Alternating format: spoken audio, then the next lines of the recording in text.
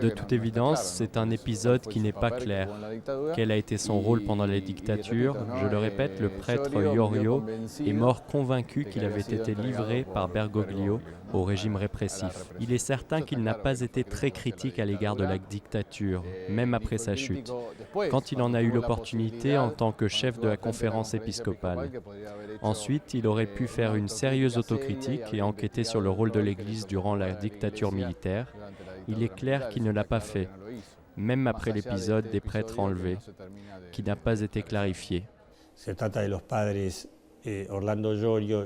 Il s'agit des prêtres Orlando Iorio et Jalix, deux jésuites qui avaient quitté le mouvement à l'époque. Ils ont été impliqués dans la lutte politique. Ce qui est vrai, c'est qu'ils ont été enlevés à ce moment-là, durant ces années de dictature militaire, mais par la suite, avec tous les efforts déployés par Bergoglio et d'autres, ils ont été accompagnés à l'aéroport de Buenos Aires pour partir en exil et leur permettre d'avoir la vie sauve en Europe.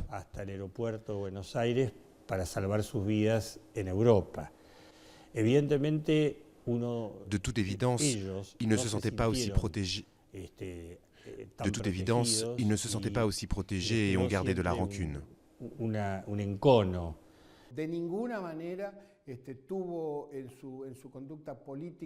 En aucun cas, il n'a eu un comportement politique et public qui laisserait penser qu'il était complice, collaborateur ou même sympathisant de la dictature militaire.